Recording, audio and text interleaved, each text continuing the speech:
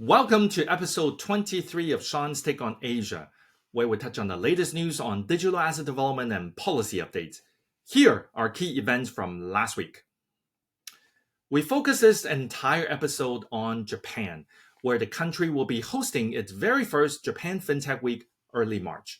The event is expected to attract significant presence from domestic and international financial institutions, as well as global players in the digital asset space. I will be hosting a regulator breakout sessions during the DeFi retreat by TET event. With the big events coming up, Japan's Financial Services Agency, FSA, continues to solidify the country's digital asset regulatory framework. Last week, financial institutions were strongly encouraged by the FSA to strengthen their monitoring of unlawful transfers to crypto exchange providers, citing analysis by the country's National Police Agency, which concluded damages resulting from specialized frauds are mostly using crypto. The new proposal suggests that financial institutions stop transfers to crypto asset exchange service providers if the sender's name is different from the account name. Now, this is still primarily covering providers that are centrally managed and controlled, so it remains to be seen how DeFi platforms may comply with this proposal. The FSA has also proposed a new amendment to grant limited rights to DAO member tokens. This amendment is related to Article 2 of the Financial Instrument and Exchange Act and aims to provide clarity on the legal nature, operational rules, and member responsibilities, ownership, and tax relationships of DAOs.